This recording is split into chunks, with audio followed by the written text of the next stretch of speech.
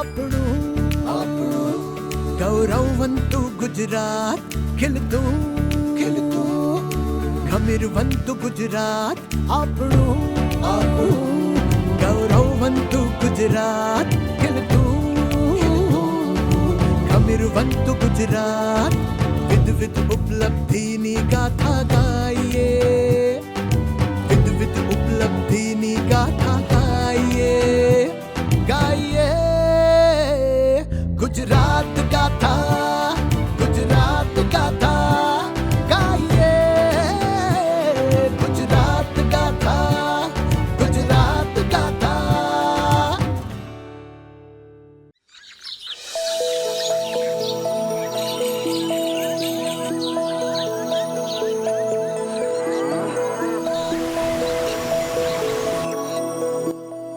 માતા ભૂમિ પુત્રો અહમ પૃથિવ્યાહ, એટલે કે પૃથ્વી આપણી માતા છે અને આપણે તેના પુત્રો. ગુજરાતની 2/3 વસ્તી કૃષિ વિષયક પ્રવૃત્તિઓમાં રોકાયેલી છે અને તે પોતાની આજીવિકા પ્રત્યક્ષ રીતે આ વ્યવસાયમાંથી મેળવે છે.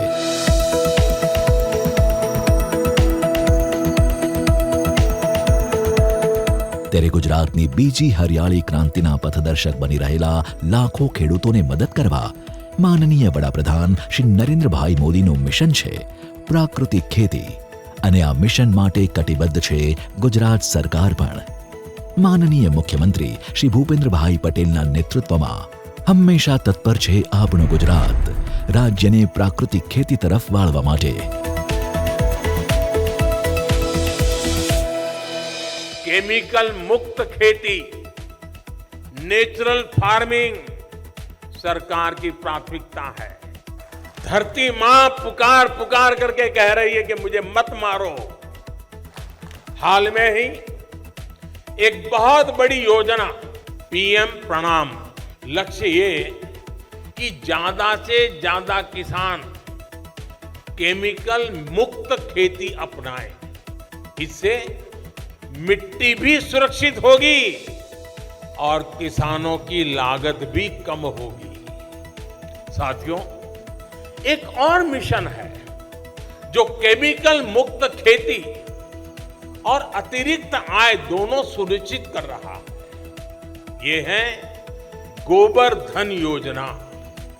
इसके तहत देश भर में वेस्ट से वेल्थ बनाने का काम किया जा रहा है.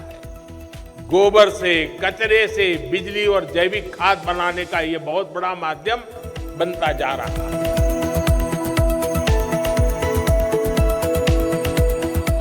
આજે ખેત ઉત્પાદન વધારવા માટે ખેડૂતો રાસાયણિક ખાતરો, રાસાયણિક દવાઓનો ઉપયોગ કરવા લાગ્યા, જેના કારણે જમીન બગડવા લાગી તેમજ પાકની ઉત્પાદન ક્ષમતા તેમજ ગુણવત્તા ઘટવા લાગી. બીજી બાજુ આપણા સૌની જરૂરિયાત છે ગુણવત્તાયુક્ત ફળ, શાકભાજી તથા ધાન્ય. હવે પ્રશ્ન એ ઊભો થાય છે કે જંતુનાશક તથા રાસાયણિક ખાતરના વપરાશ વગર ખેતી કેવી રીતે અસરકારક બની શકે? તો આનો જવાબ છે પ્રાકૃતિક ખેતી.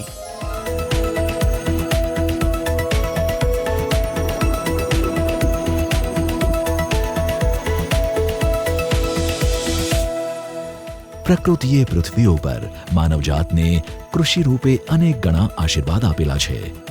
આપણે તો કેવા નસીબદાર! જન્મદાતા માં ઉપરાંત આપણને બીજી 2 માતા ઈશ્વરે ભેટ આપી. એક ધરતી માતા અને બીજી ગાય માતા. માત્ર ગાયથી પ્રાકૃતિક ખેતી સંભવ છે.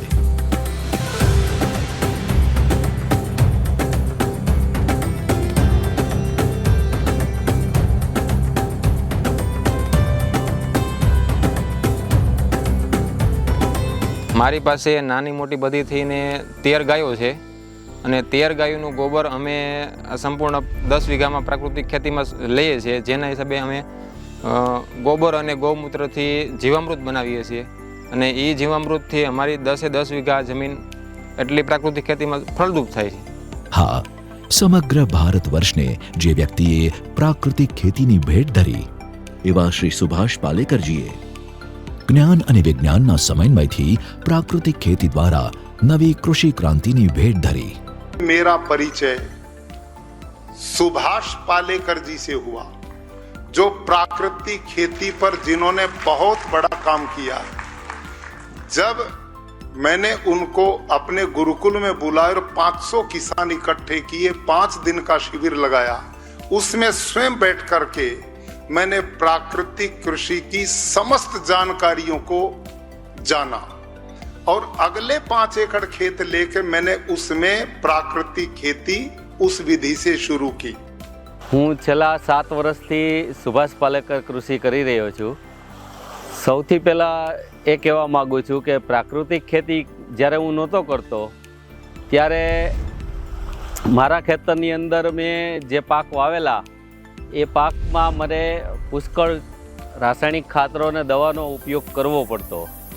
જ્યારે આજે મારે પ્રાકૃતિક ખેતી કરવાને કારણે નહીવત બધા બહારથી ખર્ચા કરવા પડે છે, એટલે સૌથી પહેલાં તો મારો જે ખર્ચ હતો એમાં મને બહુ ફાયદો થયો। હજી બાજી બગડી નથી, હાલો ખંતથી ખેતી કરીએ। દેશી ગાય આપણી પાસે છે, આપણને આચ્છાદન આવડે છે, કોઠાસૂજ આપણી પાસે છે અને ધરતીના હૃદય સમૂહ અળસિયું પણ આપણી પાસે છે। કિસાન દોસ્તો, આપણી ખેતી ત્યારે બદલાશે જ્યારે આપણી માનસિકતા બદલાશે। પ્રાકૃતિક ખેતી રાહ જોઈ રહી છે। આપણા વડવાઓ જેવી રીતે ખેતી કરતા હતા એવી રીતે આપણે પણ ખેતી કરીએ। ઝેરી દવાના ઘૂંટડાઓ પી પીને આપણી જમીન થાકી ગઈ છે। આપણે કેમ ભૂલી જઈએ કે આ જમીનની અંદર કરોડો સૂક્ષ્મ જીવ વસે છે। આ ખેતરના એ કરોડો સૂક્ષ્મ જીવજંતુ થકી જમીનની ફળદ્રુપતામાં વધારો થાય છે। હવે સમય પાકી ગયો છે પ્રકૃતિ તરફ પાછા વળવાનો, પ્રાકૃતિક ખેતી તરફ કદમનો। રાષ્ટ્રને પ્રાકૃતિક ખેતી તરફ વાળવાના માનનીય વડાપ્રધાન શ્રી નરેન્દ્રભાઈ મોદીના સંકલ્પને સાકાર કરવા કટિબદ્ધ છે આપણું ગુજરાત। આપણે આગળ આવવું હશે તો આ પ્રાકૃતિક ખેતી તરફ આગળ વધવું પડશે। અને પ્રાકૃતિક ખેતી એટલા માટે કે જે રસાયણથી થતા કૃષિ ઉત્પાદનમાં જે રોગો છે એનું જો કારણ હોય તો આ જે રસાયણથી થતા ખેત પેદાશોના હિસાબે હોઈ શકે। અને આ જો ભવિષ્યની પેઢીને પણ આની અંદરથી બહાર કાઢવું હશે તો આપણે આ પ્રાકૃતિક ખેતી તરફ વળવું પડશે। અને આ પ્રાકૃતિક ખેતી માટે ગુજરાત સરકાર અને આચાર્ય દેવવ્રતજીના માર્ગદર્શનમાં આપણે મુહિમ એક ચાલી છે, જે નરેન્દ્રભાઈએ કીધું કે ભાઈ દરેક જિલ્લામાં 75 ગામ આ પ્રાકૃતિક ખેતી તરફ વળે, એના માટેનો પ્રયત્ન કર્યો। ગુજરાત સરકારે શરૂ કરી છે એક લીલી છમ ચળવળ। શરૂ કર્યું છે ગુજરાતની જમીનને ઝેર મુક્ત કરવાનું અભિયાન। અમે ગુજરાતની ધરતીમાં દવારૂપી ઝેર નહીં નાખીએ, કારણ કે મારું ગુજરાત પ્રાકૃતિક ગુજરાત। ગુજરાત રાજ્યના માનનીય મુખ્યમંત્રી શ્રી ભૂપેન્દ્રભાઈ પટેલ, કૃષિના ઋષિ એવા મહામહિમ રાજ્યપાલ આચાર્ય શ્રી દેવવ્રતજી અને કૃષિ મંત્રી શ્રી રાઘવજીભાઈ પટેલ તથા સમગ્ર વહીવટી તંત્રના માર્ગદર્શન અને મહેનતથી મારું ગુજરાત પ્રાકૃતિક બનવા જઈ રહ્યું છે। તંત્ર દ્વારા ખેડૂતોને અપાઈ રહી છે પ્રાકૃતિક ખેતીની સમજણ। ગામડે ગામડે પ્રાકૃતિક ખેતી અંગે કાર્યશાળા યોજવામાં આવે છે, જેમાં દેશી ગાય આધારિત પ્રાકૃતિક ખેતીના નિદર્શન અને વ્યાખ્યાન દ્વારા વિગતે ખેડૂત મિત્રોને સમજ આપવામાં આવે છે। मेरी 90-100 एकड़ गुरुकुल की जमीन थी, जिसको मैं ठेके लीज पे लोगों को देता था। वो किसान इकट्ठे होके आए और 2017 में जो पिछले 25 साल से खेती को भाड़े पे लेते थे, उन्होंने मेरी खेती छोड़ दी और ये कह करके छोड़ दी कि जी इसमें कुछ नहीं पैदा होता, हमारा खर्चा भी नहीं निकलता, हम आपका खेत नहीं लेंगे। मेरी चिंता बढ़ी। मैंने तो उपजाऊ जमीन उनको दी थी और वो कहते हैं इसमें कुछ भी पैदा नहीं होता। ये स्थिति क्यों पैदा हुई? उन लोगों ने किराए पे मेरी जमीन ली। उनका उद्देश्य से ज्यादा उत्पादन हो, यूरिया डीएपी कीटनाशक इतना डाला कि उपजाऊ जमीन मैंने दी थी और बंजर मेरे को दे करके चले गए। यही स्थिति पूरे देश की भूमि की हो रही है। इसलिए मैं आह्वान करता हूं भारत के किसानों को, आदरणीय प्रधानमंत्री जी ने एक महान निर्णय जो हम सब के कल्याण के लिए लिया है, आप आगे बढ़ें। आज इस प्राकृतिक कृषि का सृजन करते हुए किसान आत्मनिर्भर बने, मेरा देश आत्मनिर्भर बनेगा। मुझे पूर्ण विश्वास है कि एक जबरदस्त क्रांति इससे आएगी और हमने हजारों हजार किसानों को ट्रेनर बना दिया है। हम पूरे देश में फैलकर प्रधानमंत्री जी का नारा परिश्रम की पराकाष्ठा करते हुए इस मिशन को एक जन आंदोलन बना करके भारत की इस माटी को जो हमारी माँ है, इसको जहर मुक्त करेंगे। गुजरात का था।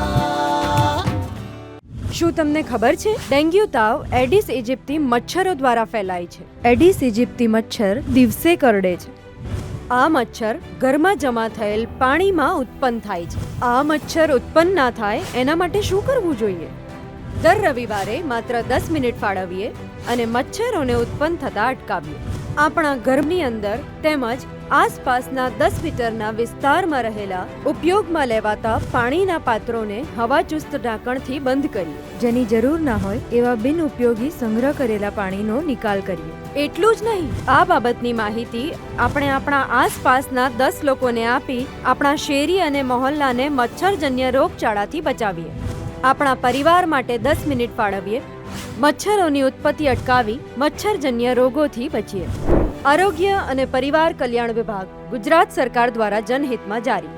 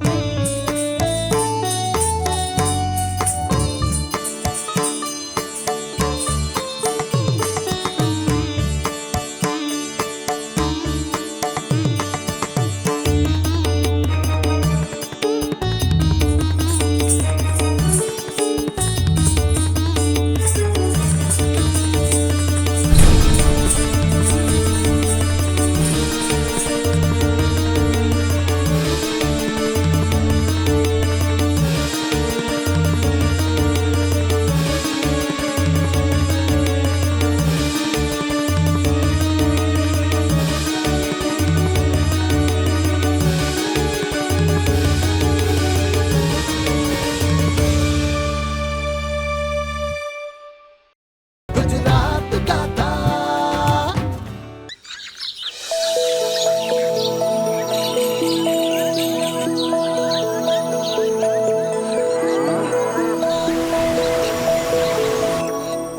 પ્રાકૃતિક ખેતી દ્વારા જીવામૃત, ઘનજીવામૃત, આચ્છાદન, વાફસા અર્ક વગેરેના સંયોજનથી કૃષિને ફરી જીવંત કરી શકાય છે. જીવામૃત એટલે દેશી ગાયના છાણ, ગૌમૂત્ર તેમજ અન્ય ઘરગથ્થુ વસ્તુઓનું મિશ્રણ કરીને તૈયાર કરેલ પ્રવાહી.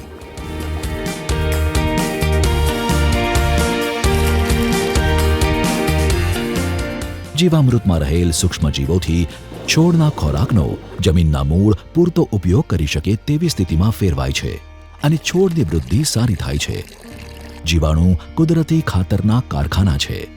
જીવામૃત બનાવવાની પદ્ધતિ એટલી સરળ છે કે કોઈ પણ ખેડૂત બનાવી શકે છે. જીવામૃત બનાવું છું, બીજામૃત બનાવું છું અને આ ટાંકા બનાવ્યા છે, એની સ્લરી બનાવે છે. એની સ્લરી રોજની 5000 લીટર તૈયાર થાય. એ સ્લરી 5000 લીટરને રોજ 8 કલાકના પાવરની અંદર બંને વાડીમાં પાઈ દઉં છું. અત્યારે જીવામૃત બને છે ને એમાં ગોળ, ગૌમૂત્ર, પાણી, ગોબર અને લોટ એટલી વસ્તુ નાખી અને જીવામૃત બનાવું. જીવામૃત 4 દિવસે તૈયાર થાય છે. 4 દિવસ પછી 5મે દિવસે પાઈ દઉં છું.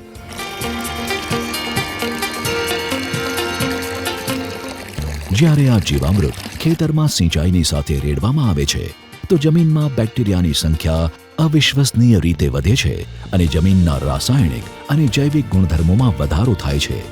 સિંચાઈના પાણીની સાથે 1 એકર દીઠ 200 લીટરના દરે ઉપલબ્ધતા મુજબ મહિનામાં 2 વાર અથવા 1 વાર જીવામૃત આપો.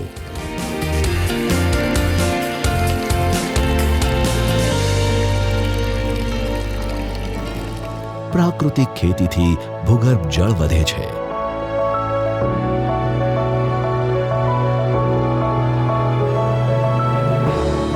ઘન જીવામૃત એ જીવામૃતનું સુકાયેલું સ્વરૂપ છે, જે પાકની વાવણી કરતા પહેલા જમીનમાં ભળી જાય છે. સૂર્યમાં સૂકવવામાં આવેલા ગાયના છાણમાં તાજું તૈયાર કરેલું જીવામૃત ભેળવીને 2 દિવસ સુધી છાંયડામાં રાખો. તેને ફરી એકવાર તડકામાં સૂકવીને પીસીને બારીક બનાવવામાં આવે છે. આ છે ઘન જીવામૃત.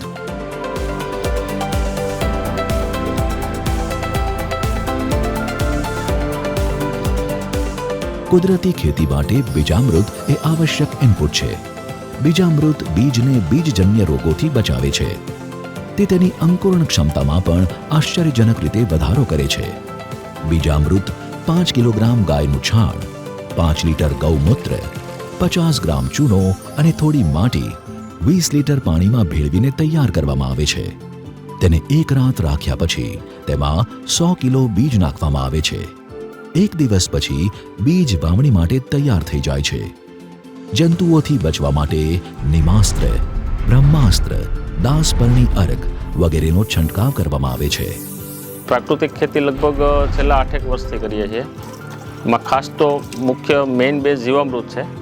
બાકી જરૂરિયાત મુજબ કોઈ એવા રોગ જીવાત હોય તો અગ્નિયાસ્ત્ર, નિમાસ્ત્ર એવા 10 પર્ણી અર્ક છે, એવો બધો અલગ અલગ ઉપયોગ કરીને એને કંટ્રોલ કરવાની કોશિશ કરીએ છીએ.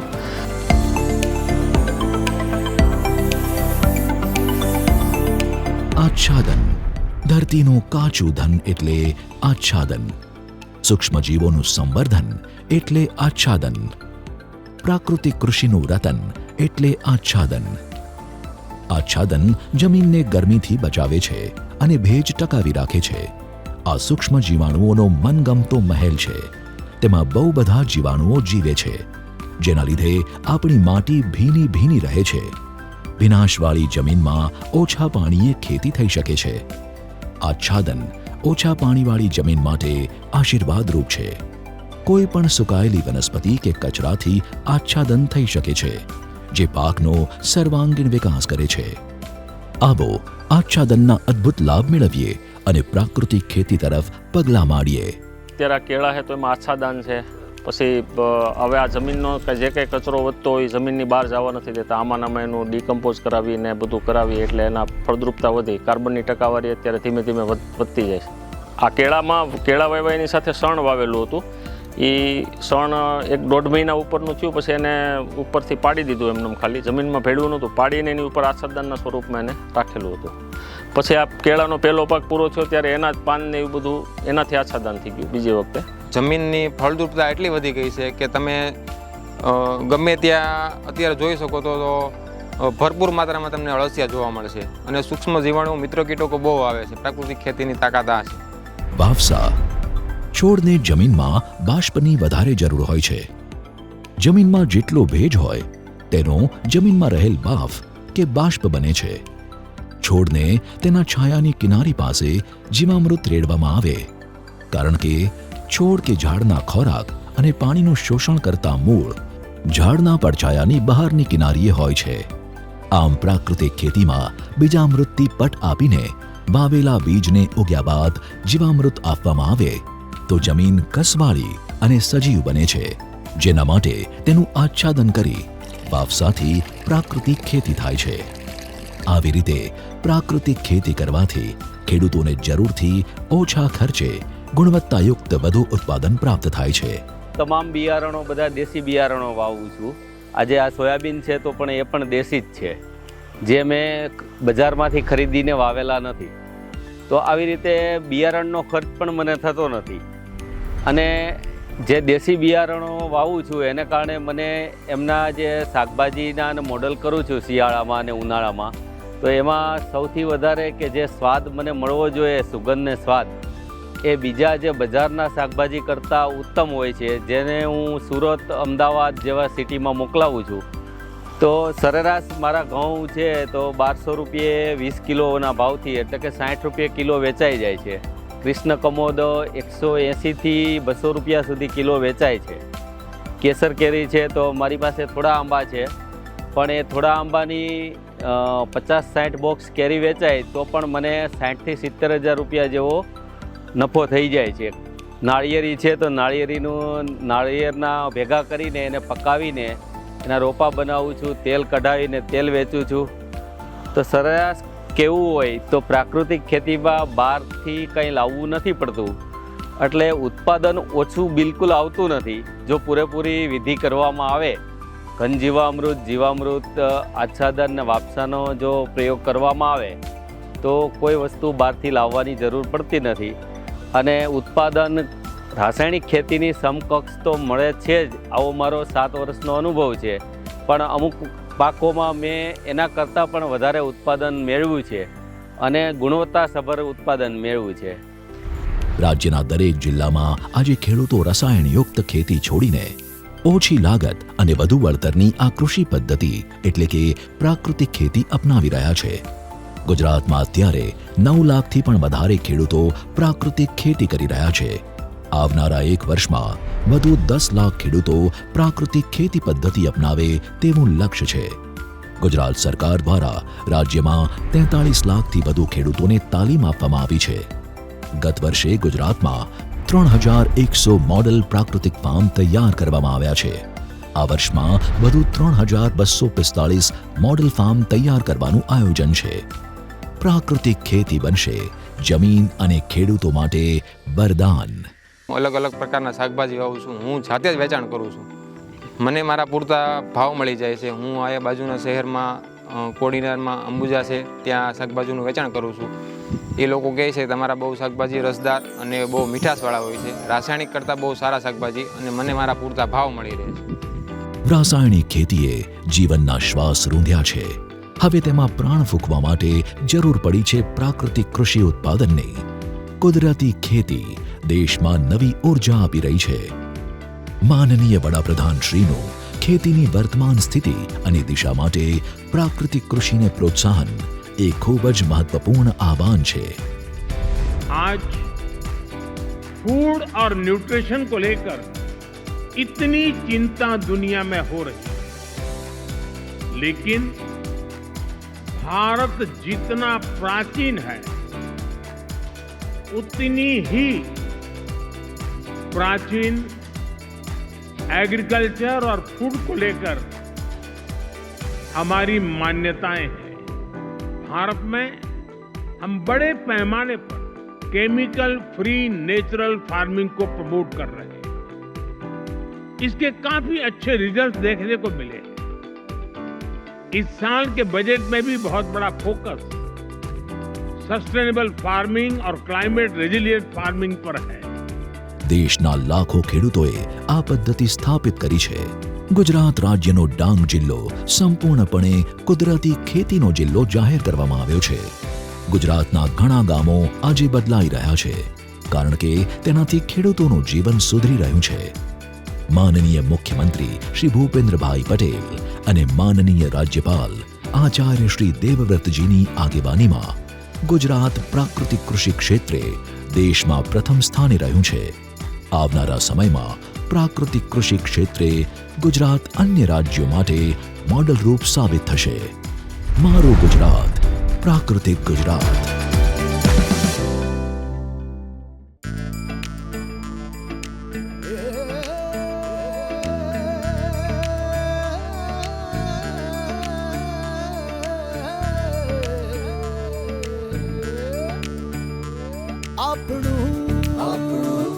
गौरववंतु गुजरात खिलतु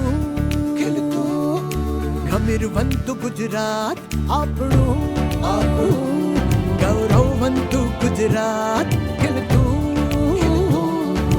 खमीरवंतु गुजरात विध विध उपलब्धिनी गाथा गाइए विध विध उपलब्धिनी गाथा गाइए गाइए गुजरात गाथा.